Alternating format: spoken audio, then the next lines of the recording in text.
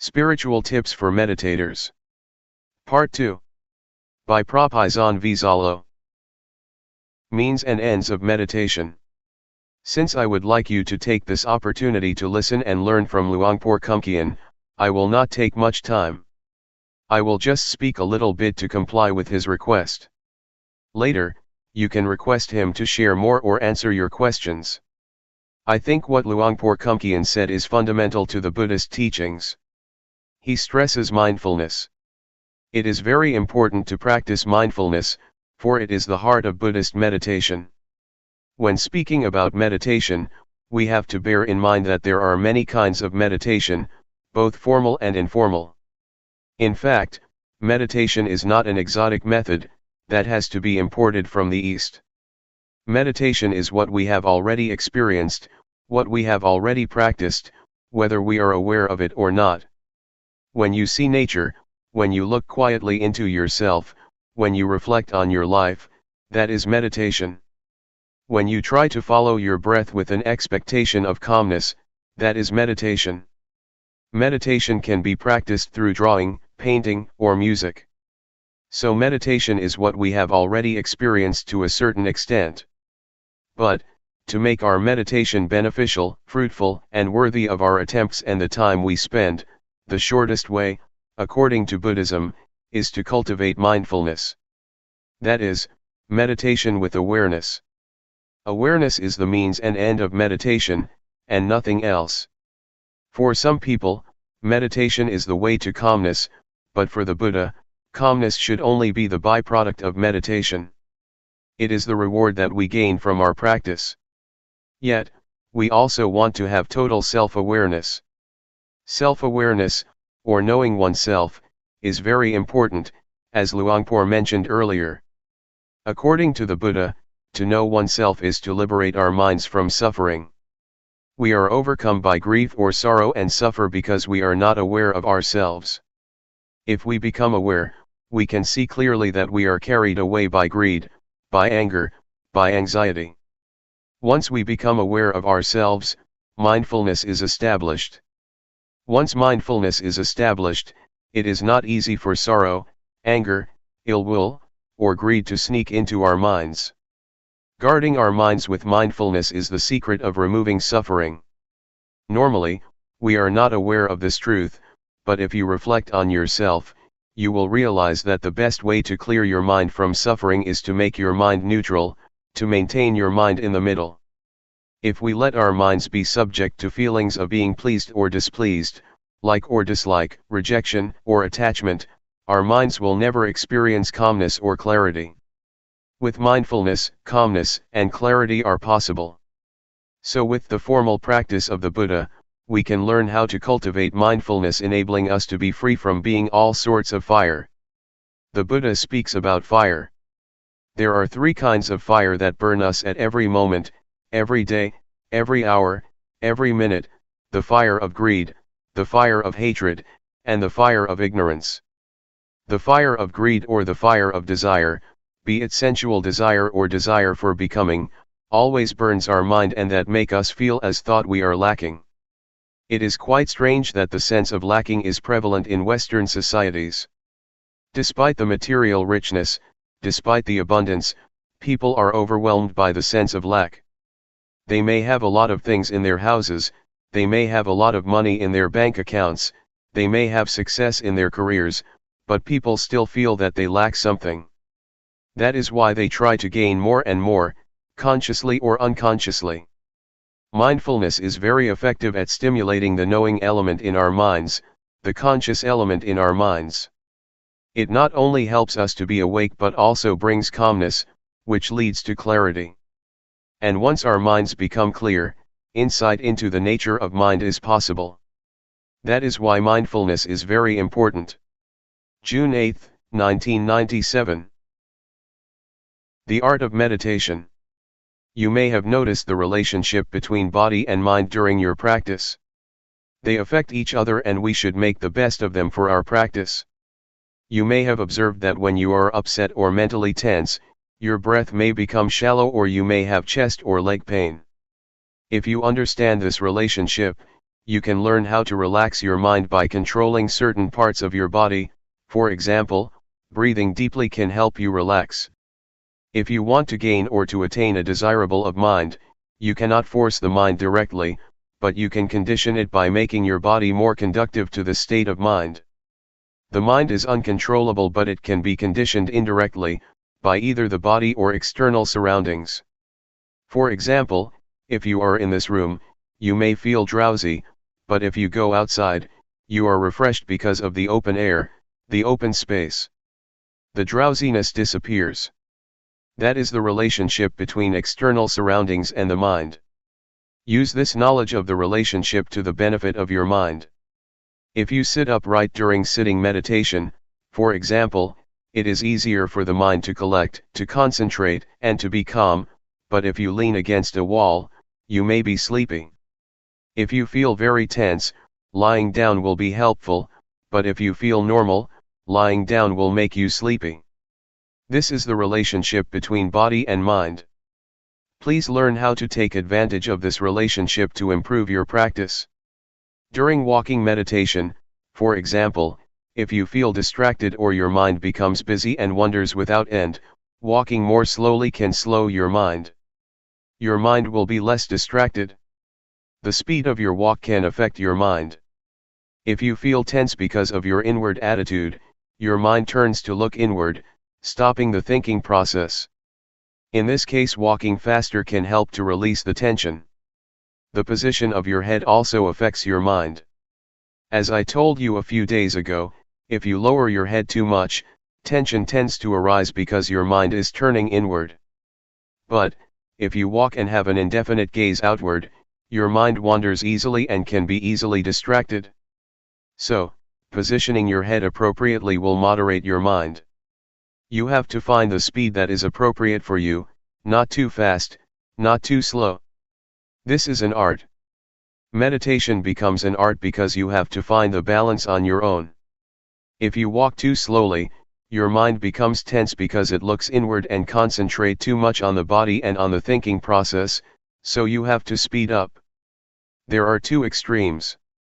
One is to wander a lot distractedly, and the other extreme is to take it very seriously, to push oneself very hard, trying to stop or to suppress the thought. The one just follows the thoughts, the other wants to stop the thoughts. These are the two extremes. In this practice, we neither stop nor follow the thoughts. But how? This is the point of balance. I myself have to adapt.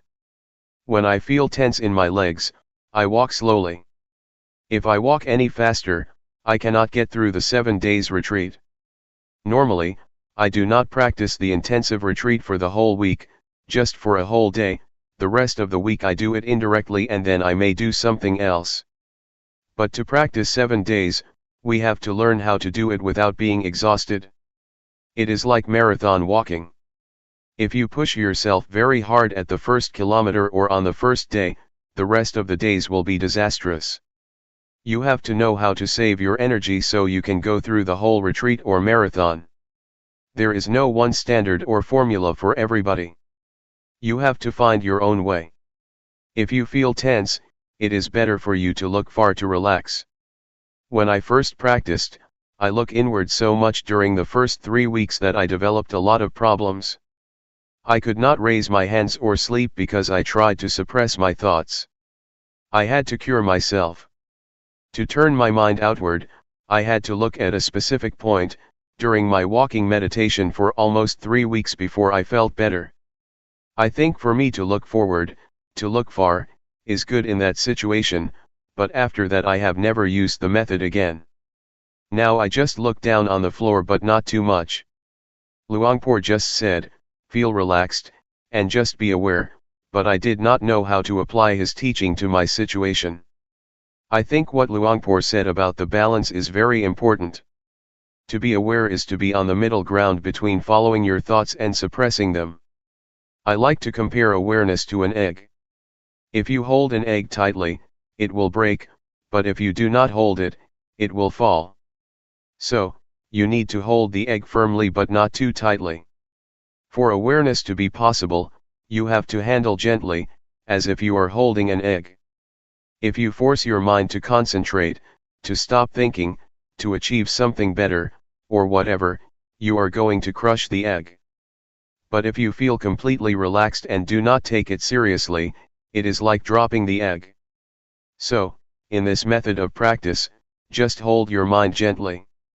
It is how to do this that is the problem. Nobody can tell you. You have to know how to gauge and how to adapt your mind. It is like riding a bicycle, you have to hold your body in balance. If you are stiff, holding the handles of the bicycle very tightly, your whole body becomes tense and you will fall.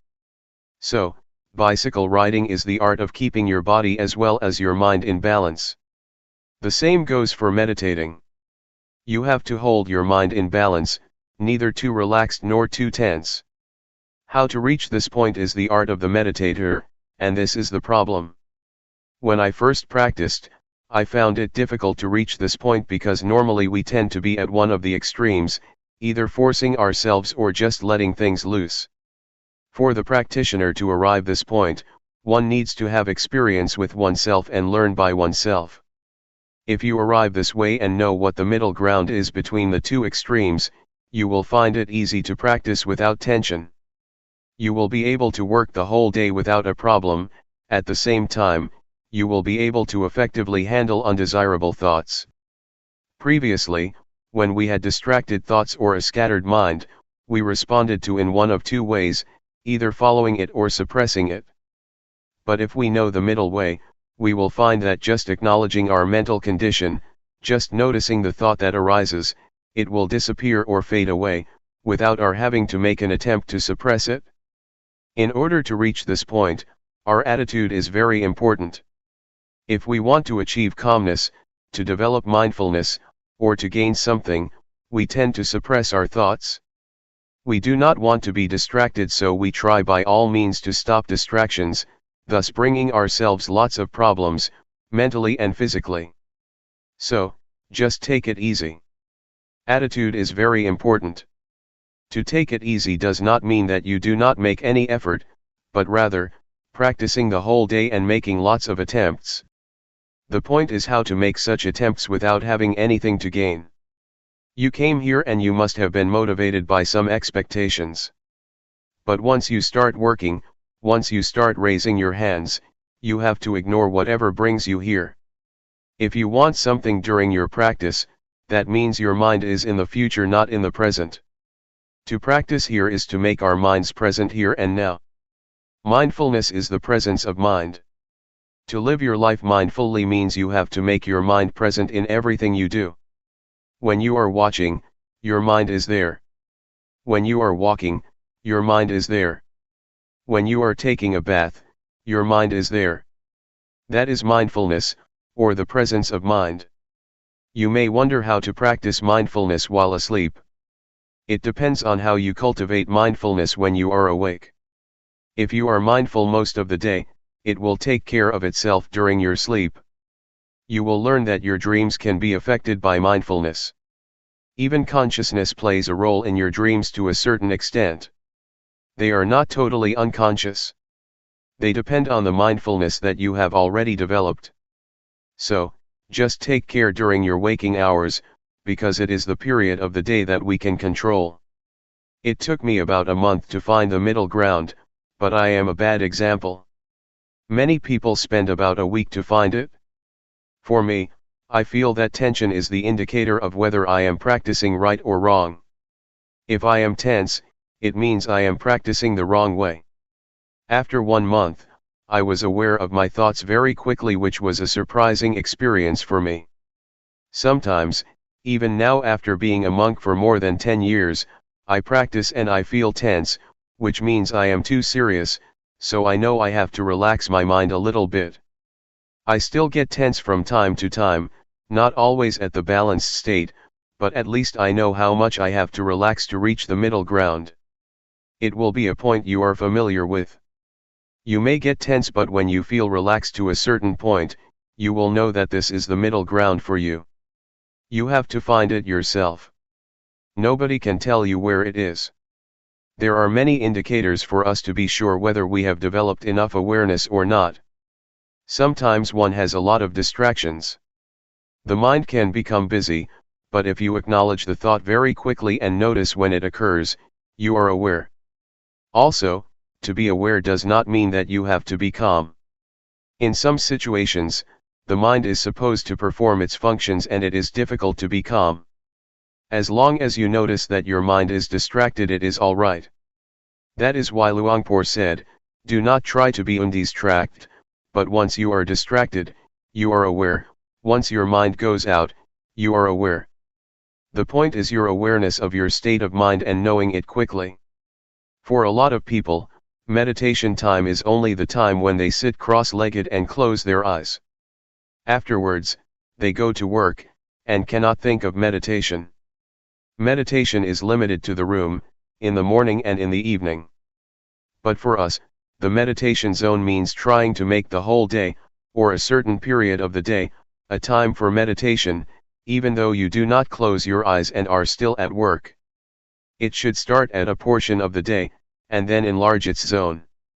The more you are aware of every moment, the more meditation is a part of your daily life. It does not mean that only the time inside a meditation hall is meditation, and the rest is not. It should start from the meditation room and then enlarge to your whole life. Enlarge the zone in time first and then enlarge it in space as well. Try to integrate meditation into your daily activities. Try to use the movement of your body as meditation objects all the time, and try not to stay still. On the car or the bus, rub your fingers. Try to have some parts of your body moving and use the movement of your body. If you can use your breath as meditation object, you have a refined, sensitive mind. Yes, you can do that, too. Luangpor suggests using the blinking of your eyes or the swallowing of your saliva. Breathing is useful because you do it all the time, especially at night when lying in bed. But while typing, it may be difficult to be aware of your breath, so just be aware of the typing itself as the object of meditation. When you take a bath, the movement of your body is the object of meditation. So we are never short of an object of meditation, except when we are sleeping. That is the benefit of Sathi meditation, you have an object all the time. We need to have a physical object for meditation all the time, and our body is better. Your mind should be aware of your body's movement. Once a thought arises, your mind goes to the thought, acknowledges it, and then returns. So you have a home. Meditation provides you with a home that is the object of meditation and your mind stays with it. The movement of your body is the present moment. To be mindful is to be present in the present moment, so we try to provide a present moment for the mind, the body's movement. When you become distracted by a thought, that is the present moment too, so the mind should be mindful, but since the thought is undesirable, we just let it go and come back to another present moment, your body's movement. It is okay to shift awareness from one type of your body's movement to another frequently if you are skillful. If you are an adept practitioner, it is not difficult to shift. Try not to practice only two postures, because if you practice only walking and sitting, you may find it difficult when you want to be aware of additional activities. You will not be adept enough to apply mindfulness to that activity, because you have only been using rhythmic meditation and walking meditation all the time. So, you have to be adept, to be skillful, to apply mindfulness to every area of life. For example, in a normal situation, I would use the rubbing of my fingers as an object, but, if I am tired, I can concentrate on my breath because it will turn my attention away from the tiredness of my fingers. It is the same with walking. If I walk or climb up a mountain, at a certain point, I shift my awareness to the breath because my legs feel tired. This is the way to release tension. You can shift from one to another. In Thai, we called it a toy or hobby. We change from our routine to a hobby, and then we change back again.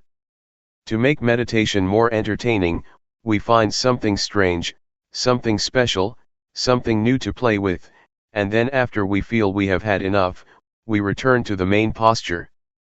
Please try to apply mindfulness to another postures or activities, not only in daily life but in the retreat too.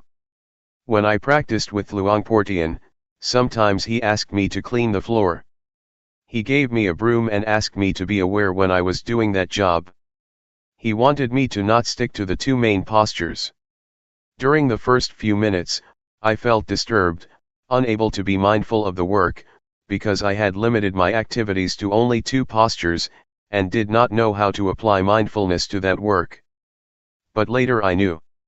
In Luangpor's retreat, he also likes people to stay with sitting and walking, but he will provide you with some work to do like cleaning the toilet, because he wants us to be skillful in every activity, otherwise you will not be able to apply it to other activities after the retreat. July 9, 1997. The middle ground. As you already know, we are training our mind to reach the middle ground, that is between the outward-oriented mind and the inward-oriented mind. Do not try to turn your mind too much outward or too much inward, to follow your thoughts or to stop them. The middle ground also means trying to avoid being lazy due to being too relaxed, or being strained due to too much tension. It also means that we have to avoid the two extremes of indulging in pleasure and indulging in pain. What does it mean by that, indulging in pain or indulging in pleasure? It means that when you recall a good memory or refreshing images you get high, and when you recall unpleasant feelings in the past, a bad memory, you get low.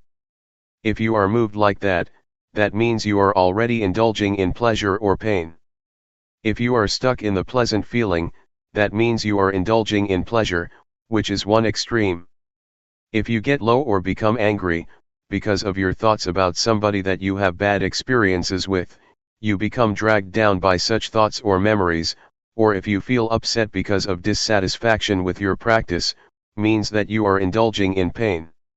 So, to avoid these two extremes means try to keep your mind normal, stable, and unmoved by pleasant or unpleasant feelings, good or bad thoughts, good or bad mental experiences. So, you see that the term middle ground means balanced. It has a broad meaning. It means that you do not follow the thought or suppress the thought, turn your mind too much outward or too much inward, be lazy or push yourself too hard, or indulge in pleasure or in pain. It is the art of meditation to keep our minds in balance, to reach the middle ground.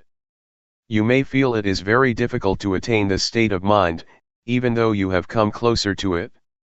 Sometimes, you have already attained that balance, but you may be dissatisfied with it. You do not realize that you have already arrived at the middle ground, so you push yourself harder and go beyond that point, moving towards another extreme. Sometimes, your mind is too much inward so you try to relax, but you relax so much that you pass the state of balance, wasting a lot of time. Sometimes, you do not think this is the point that you need to attain. You think, oh, this is not the state of awareness because so many thoughts are still coming up, so I have to push myself harder. You are not satisfied with that state of mind simply because you have some expectation, so you keep passing the state of balanced mind without realizing that you have already experienced it. I think expectations are sometimes illusory. They are dangerous because they can deceive us, so we have to be very careful. We have some expectation about awareness, so we have already adjusted our mind to the expected state of awareness. Since we do not feel the calmness that we expected, and we feel thoughts still arising, we keep ignoring this state of balanced mind. I am sure that you have already experienced the state of awareness, the state of balanced mind, even though you may not realize it. So try again that you may find it and have confidence in it. Another point that I would like to mention is that, aside from keeping our mind in balance between the two extremes, we also need another art, the art of reconciling two opposing values. We face conflicts in our daily lives between freedom and discipline, between diligence and concentration. If you are too diligent, your mind becomes distracted, but if you concentrate too much, you tend to be lazy. The point is how to reconcile these two opposing values. Right and duty are another pair of values that we have to reconcile. Individualism and communalism are also two opposing values that we have to reconcile, or our lives will suffer. We also face the same dilemma in meditation practice. It may be even more difficult than what I have already mentioned. One is to take it easy but to try hard. Luangpor always stresses this: relax. Take it easy, but try hard. Take it easy but keep trying all day. It is quite contradictory, but you have to reconcile these two or you cannot make progress. Luangpor Teean always said, take it easy, but seriously. Luangpor Teean, unlike Luangpor Teean, would give you only a 5-minute talk. At his interview, which lasted less than 5 minutes, he kept saying we should take it easy but seriously, or take it easy but do it all day. I was quite confused then, but now I understand what he meant. I think this is the kind of training that is very useful for our daily lives, because it is the art of working happily and more effectively. To be happy and to be effective is a pair of values that may seem to oppose each other, but that can be reconciled. During the practice, you have to learn not to expect anything, to just work. If there is too much distraction, that is okay. If you suffer, that is okay. If you are frustrated, that is okay. You have to learn this attitude, because if you want to gain something, to attain calmness, to be aware of your thoughts as quickly as possible, you will be inclined to keep turning your mind inward, trying to suppress your thoughts. You will keep watching your thoughts all the time and end up ignoring the awareness of your body. Luangpor always emphasizes that we should grasp our awareness of the body, and ignore our thoughts first. But normally, in my experience, I seldom remembered this instruction. I tried to stop my thoughts, to suppress them, because I wanted to win. I did not have much time, so I wanted to attain the result as soon as possible, and I got stuck. After 3 weeks, I could not practice anymore. I could not do the hand postures because once I moved my hands, after only a few minutes, I got a headache and I suffered. With a headache and a lot of pain, I could not sleep. I made a vow to practice with Luangpor Teean for 1 month, and 3 weeks had already passed with only 1 week left. Feeling hopeless, I decided that I would leave the temple after I finished that week. So I just walked without any expectations, just waiting for my time to finish. I just kept walking because I could not do anything else. That week was very good for me because once I did not have any expectations, did not have any hopes, and just walked to waste the time, just trying to ease my tension to turn my mind from inward to outward, I felt that mindfulness suddenly developed a lot, because I did not mind anymore. June 11, 1997. Practice independently. The truth, I think, you have to see it. You have to see the truth for yourself. If I tell you, it will not be your truth, but an academic or indirect experience. I suggest you not use your intellect to find the truth but direct experience, you must realize it by yourself. Sati, or mindfulness, is a capacity of mind to recall. When you walk in meditation, you think about your work next month, the body walks but the mind goes somewhere else.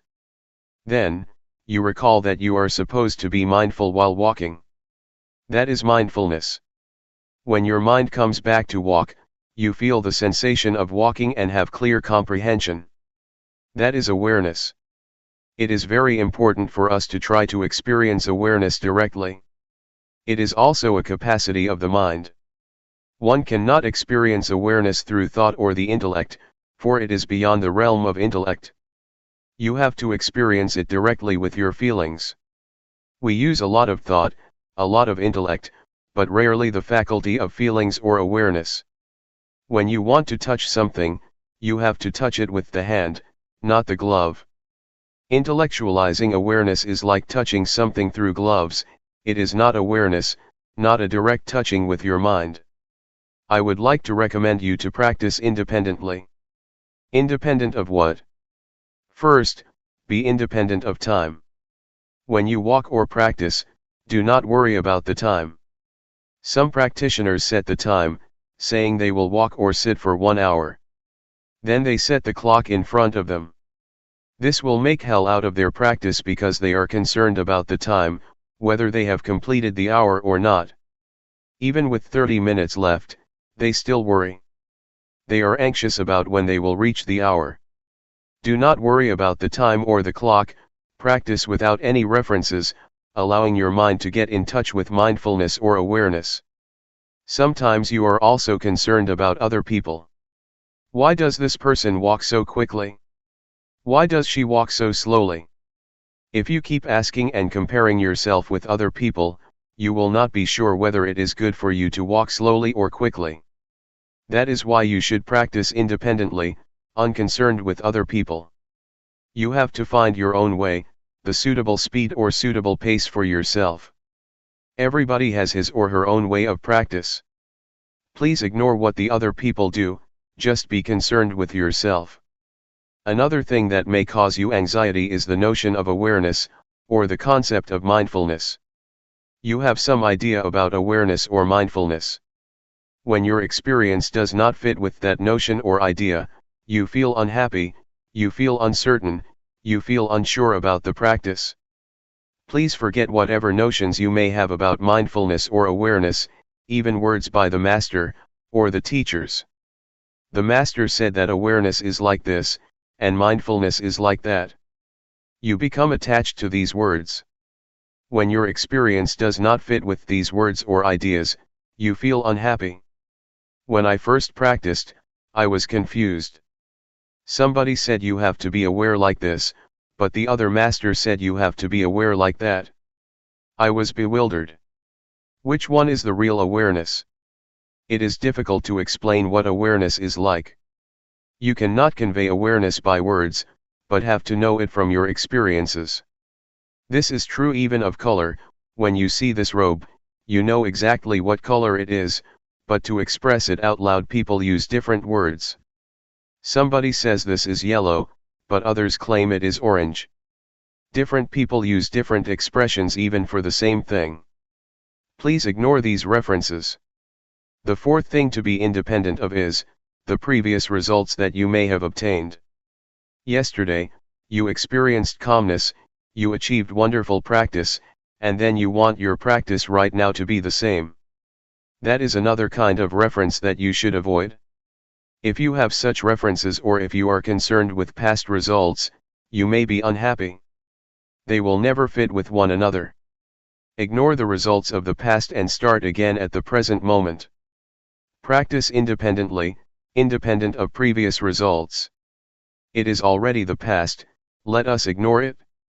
However good your experience was, be it calmness or tranquility, do not try to repeat it again or you will be disappointed. Why? Because you have some expectation, and expectation makes your mind out of balance. To practice like this, balance is crucial. You have to keep your mind in balance. Desire or expectation tends to push your mind out of balance. Therefore, forget whatever happened to you, even your expectations. Be careful with expectation. When you expect something, you have preconceived notions about it. If experience does not conform with that idea, you reject the experience. There is a story that is very instructive. An individual on a sinking boat prayed to God for help.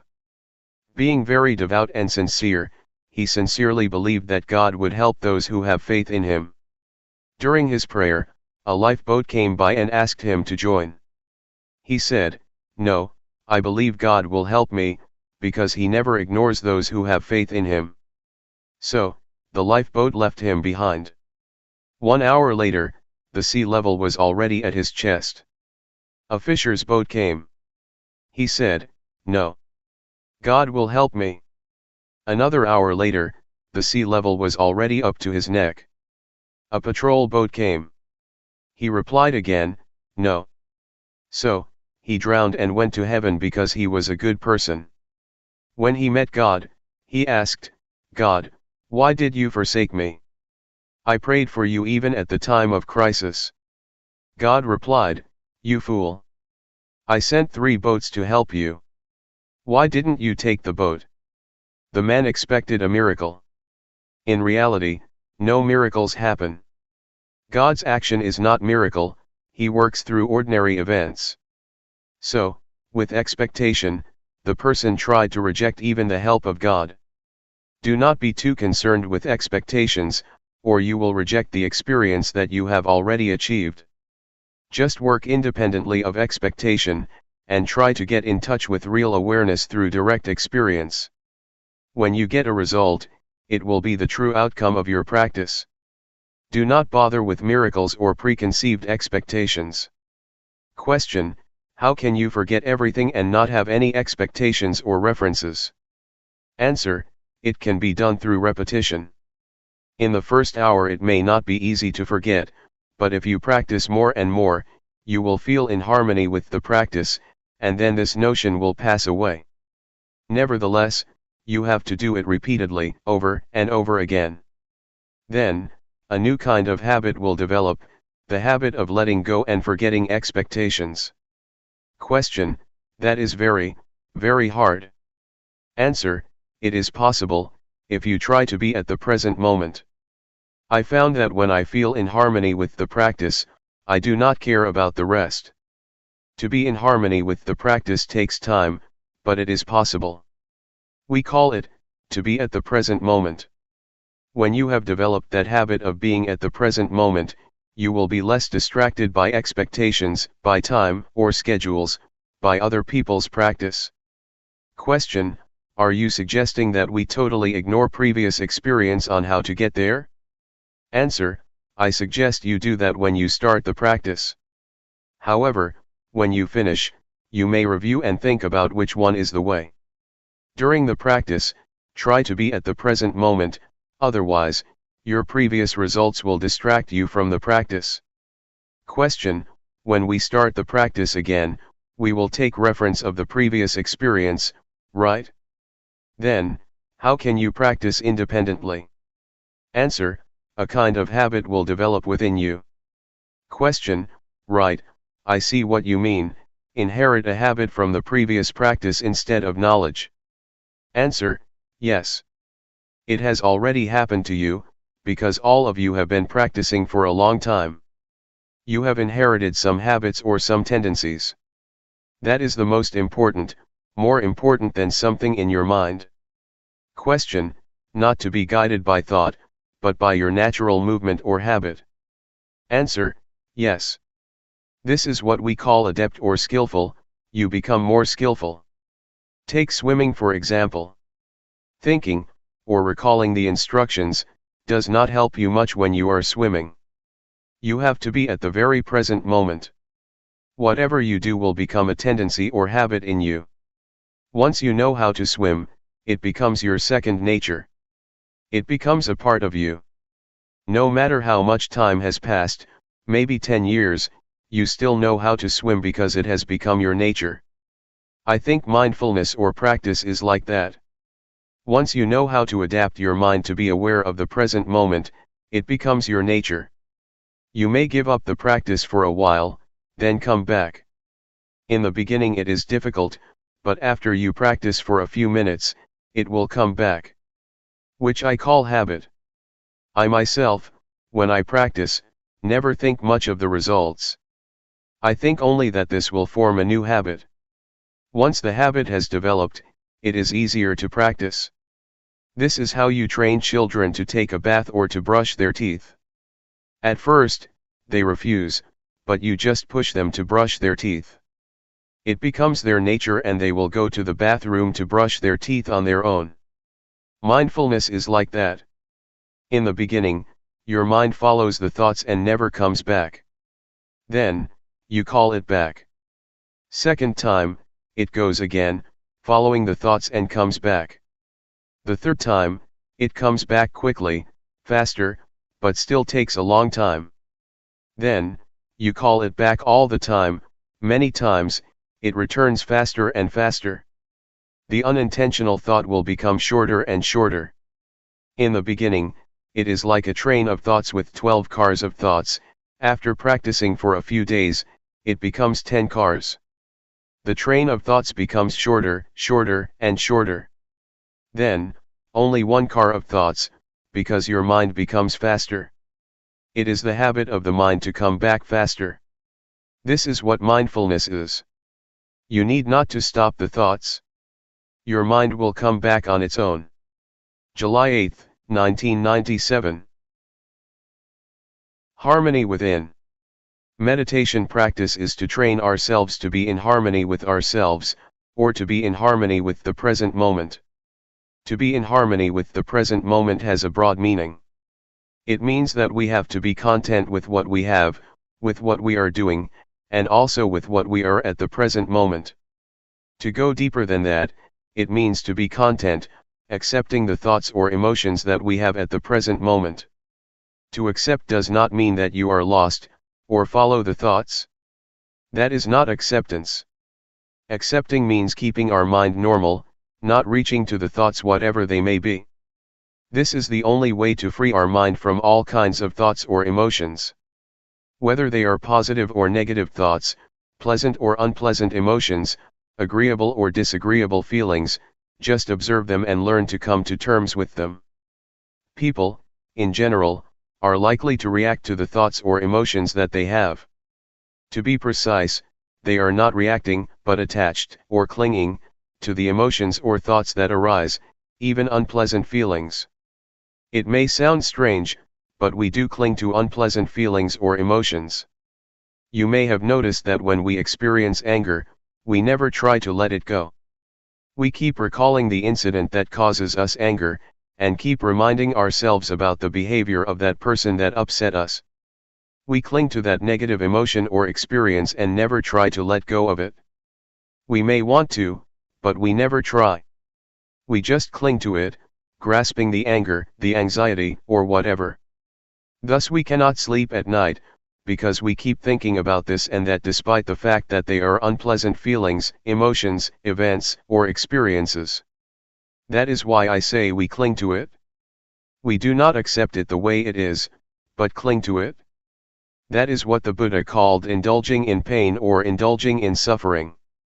In the first sermon of the Buddha, he mentioned two extremes, indulging in pain and indulging in pleasure. Buddha advised us to avoid these two extremes. To indulge in pain does not mean that we torture ourselves as the Buddha did, when he tried to attain enlightenment through ascetic behavior. He refused food and slept on nails. That is indulging in pain, but all of us never do that. Still, we indulge in another kind of pain, mental pain. When anger arises, we are lost in anger. When anxiety arises, we are caught up in anxiety. We grasp it, grasping anger, clinging to anxiety. This is indulging in pain. We have already fallen into the extremes that the Buddha suggests we avoid. The same applies to indulging in pleasure. Normally, people think that to indulge in pleasure means indulging in sensual pleasure, like a playboy, to have new spouses, to enjoy themselves in the casinos, theaters, nightclubs, etc. Yet, you have already experienced indulging in pleasure mentally. When pleasant feelings arise in your mind, you cling to them and enjoy them, do you not? We are always caught up in the agreeable emotions and feel content with them. This is indulging in pleasure, another extreme that the Buddha instructed us to avoid. You may have realized that you have already indulged in those extremes during your practice. That is not the middle way that the Buddha suggests we traverse. The middle way, in this sense, means not losing yourself in either painful or pleasant experience, be it calmness, happiness, suffering, anger, or anxiety. Do not become lost in those feelings or emotions. Just accept them as they are. When pleasant feelings or good thoughts arise in your mind, you tend to follow it, do you not? When you encounter unpleasant feelings, you want to suppress them, do you not? But that is not an act of acceptance. To accept means to observe, to see, to recognize, and to let go of it. This is the only way to be free from all kinds of feelings or thoughts. I would like to urge you to learn how to come to terms with all kinds of thoughts and emotions that arise. You will find that once you accept them, once you observe them, they will gradually pass away. This is the best way to let go of them, the best way to liberate ourselves from them, the best way to get rid of them. Not to stop them, but to observe them, and they will gradually be dissolved. This is the middle way that the Buddha suggests, to indulge neither in pain nor in pleasure. Not only in the physical or sensual aspects, but also in the more delicate mental aspect. This is the aspect or level that people always fall into, without realizing that it is not the middle way the Buddha suggests. Is it clear to you? Just to elaborate what Luangpor said, to see, but not to identify with it. If you identify with it, you have already indulged in both pleasure and pain. Just see it as it really is, do not be overjoyed or upset by pleasant or unpleasant feelings. This will keep our minds stable.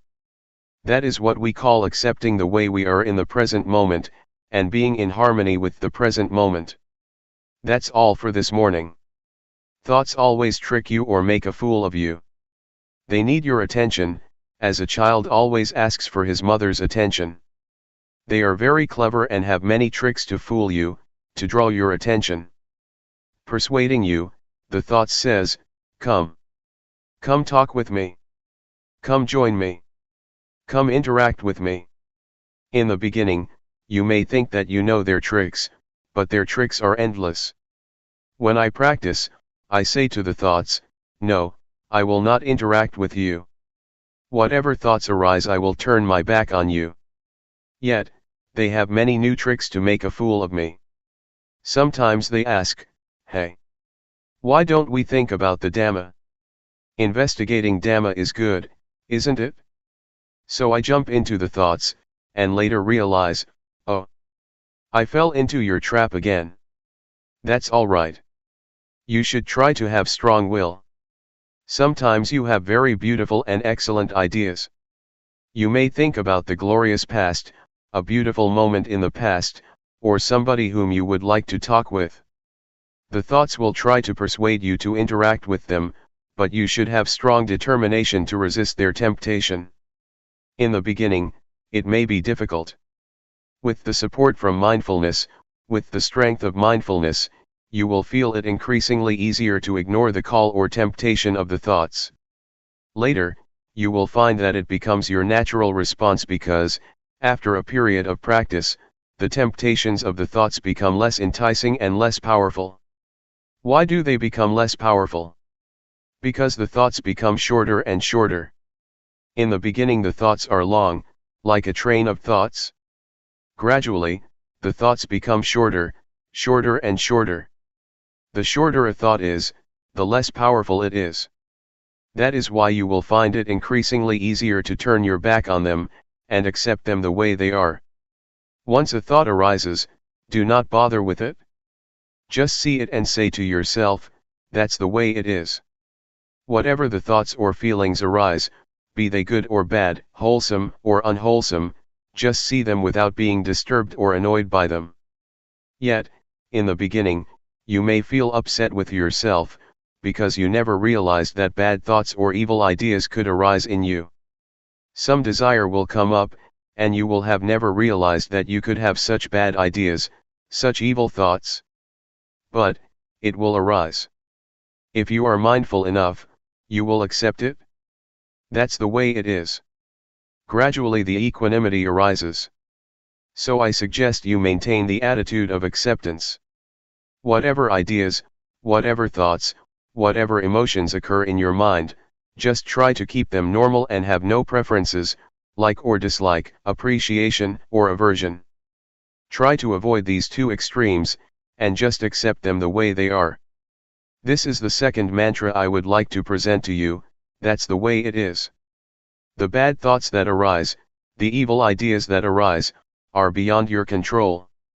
So, just accept them as natural, as normal. That's the way it is. Thus develop the indiscriminative mind. The ordinary mind tends to be judgmental. It always judges, this is good, that is bad, this idea is good, that idea is bad, I like this idea, I do not like that idea, I am content with these emotions, I am not content with those emotions.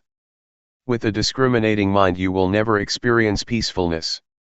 Your mind will go up and down, because of such preferences or such judgmental mind. The way to attain peace is to develop the indiscriminative mind.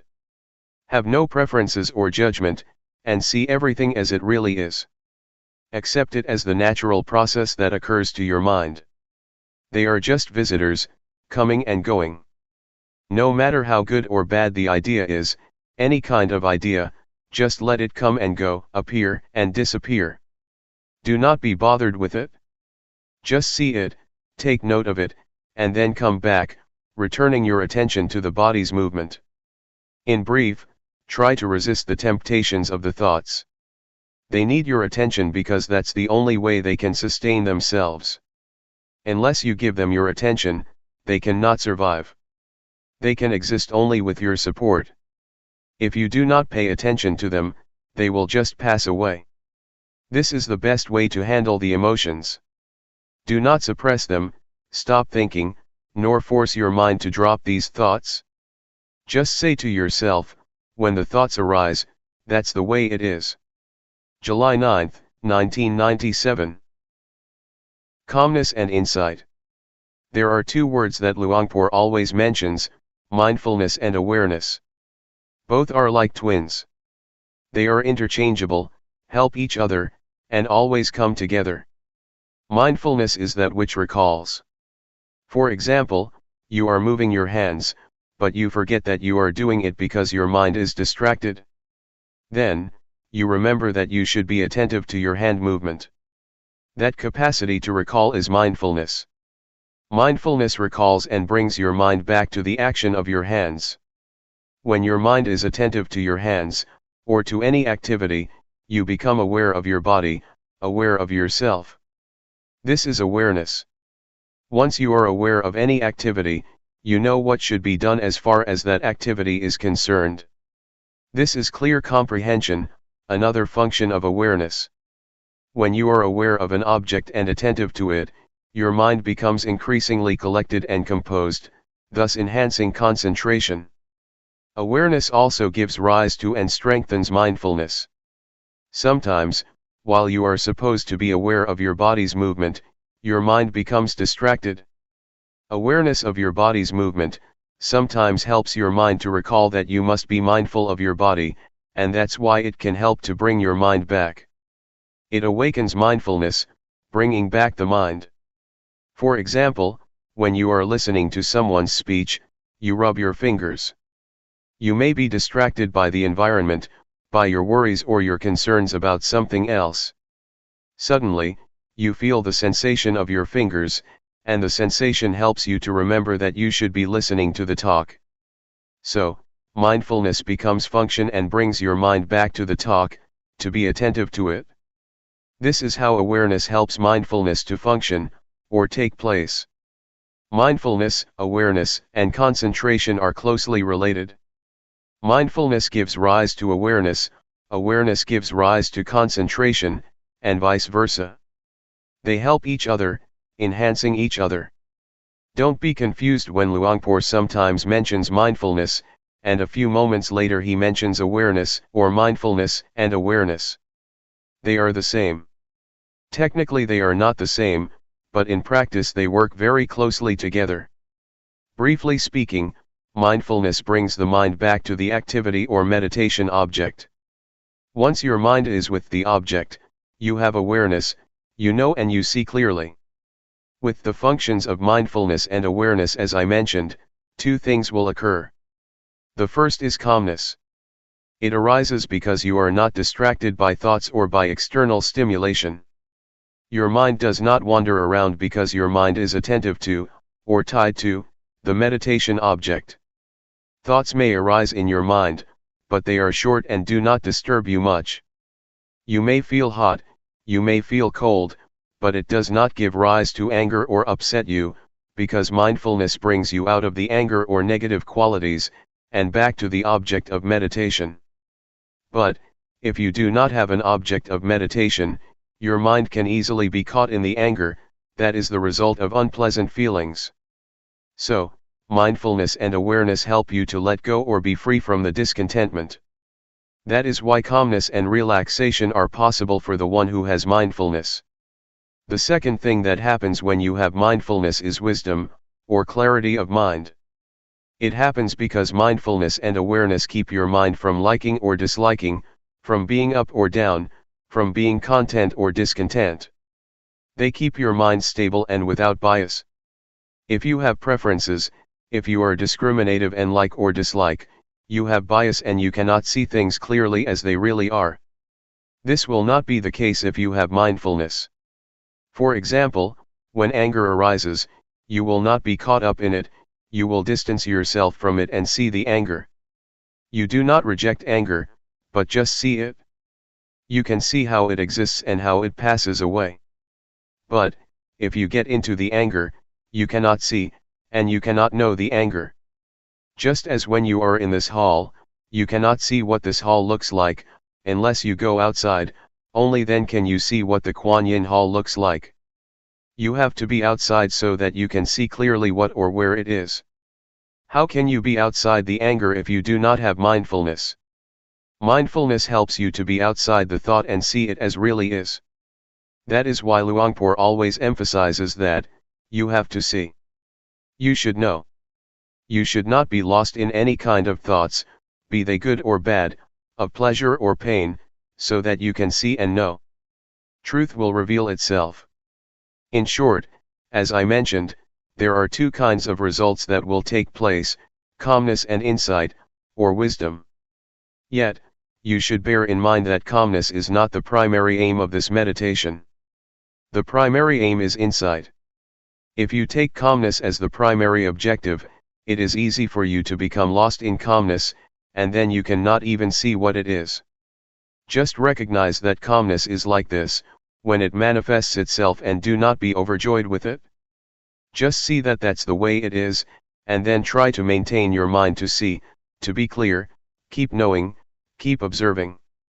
That's all. This is just to make a brief distinction between mindfulness and awareness, and to highlight their main functions as well as how they work together. Practically, they have more functions than what I have just mentioned. July 10, 1997. The point of balance. As you may be aware, Luangpor tries to suggest that you not watch your mind or watch your body closely. There are some justifications for that. In our daily life we tend to do a few things at the same time. You should allow your mind to be aware of your whole body rather than only a particular part of it. Otherwise, you may make mistakes in your activities. For example, when I began my practice, one day, I finished my lunch and had to throw the leftovers into the waste basket. Since I did not know how to practice properly, I forced my mind to concentrate only on my feet, while I was walking to the waste basket.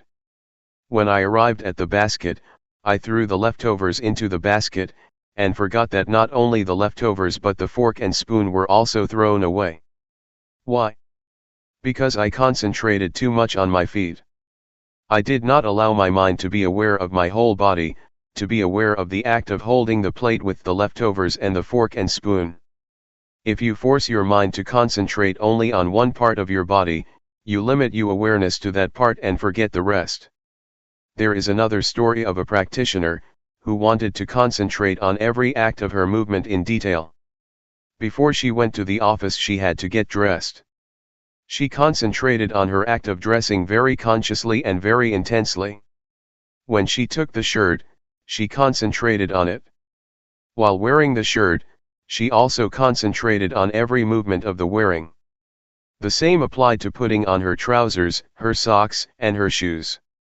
When she went to work, it took more than an hour for her to realize that she forgot to zip her trousers. It's okay if you walk with too much concentration in a walking meditation, it's not much of a problem because you only have one act. Yet in reality, You have many acts at the same time. You walk and you hold something in your hands. When you drive a car, you have to look at the road, and control the steering and the speed with your hands and legs. These require your total awareness. Focusing your mind on only one particular part of your body will cause problems. I have spoken only of the physical aspect or the aspect of the body activities so far. This principle also applies to the mental aspect. If you force your mind to watch your mind closely, you tend to block your thoughts. When there is no thought, you do not learn how to let go of it. You should allow thoughts to arise, so that you learn how to let go of the thoughts or emotions. If you block your mind, the thoughts cannot arise, and then you do not know how to let go of them when they do arise. It is important for you to keep your mind in balance, to not watch or concentrate too closely, nor to let it loose to all distractions. This will enable your mind to be aware of the mind, to be aware of the body, not only of your hands, but the whole of your body and also its surroundings.